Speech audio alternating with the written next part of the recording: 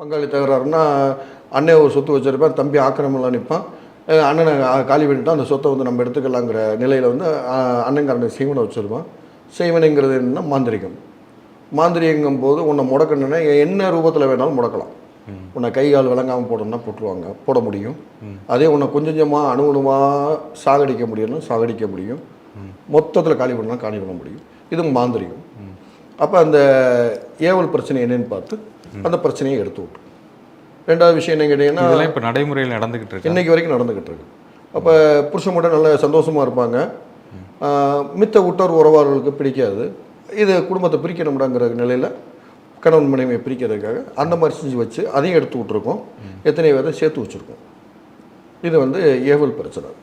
அடுத்து என்ன கேட்டிங்கன்னா, தெய்வக்கட்டு. தெய்வக்கட்டுனா பங்காளி தகராறில் குலதெய்வம் கோயிலில் பிரச்சனையில் சாமியை வந்து கட்டிடுவாங்க. அந்த கட்டை உடச்சி விட்டு சாமி இறக்கி விட்டுருவோம். சாமி இறக்கி வழக்கை வாங்கி வாக்கு சொல்கிற அளவுக்கு செஞ்சுருவோம்.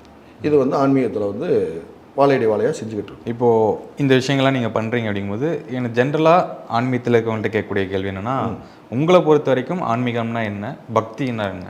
ஆன்மீகம் என்பது பக்திங்கன்னா எப்படின்னு கேட்டிங்கன்னா, சுருக்கமாக சொல்லி முடிக்கணும், ஃப்ரெண்டு சர்க்கிள்னு எடுத்துக்கோங்களேன். முதல் நாள் பார்க்கும்போது வாங்க ஜி நல்லா இருக்கீங்களா ஜி, ஐயா வணக்கம் ஐயா அப்படின்னு சொல்லுவோம். ரெண்டாவது நாள் உள்ளே போகும்போது என்ன பண்ணுவோம், வாயா நல்லா இருக்கியா அப்படின்னு கேட்போம்.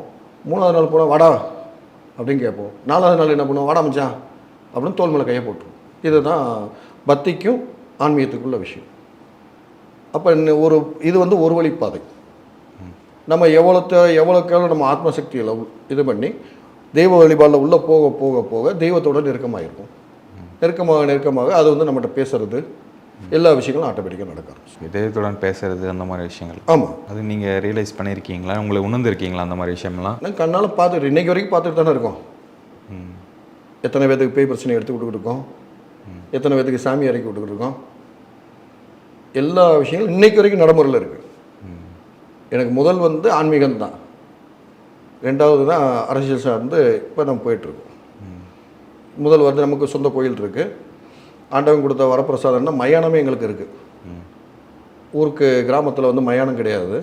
எங்களுக்கு வந்து சொத்து அப்போ இது பண்ணி போட்டதில் மயானம் இல்லைன்னு சொல்லி கேட்டதுனால மயானமே வந்து எங்கள் இடத்துல தான் நாங்கள் கொடுத்துருக்கோம். 1980 வந்து எங்கள் அப்பா வந்து 10 சென்ட் இடம் கொடுத்துருந்தார்.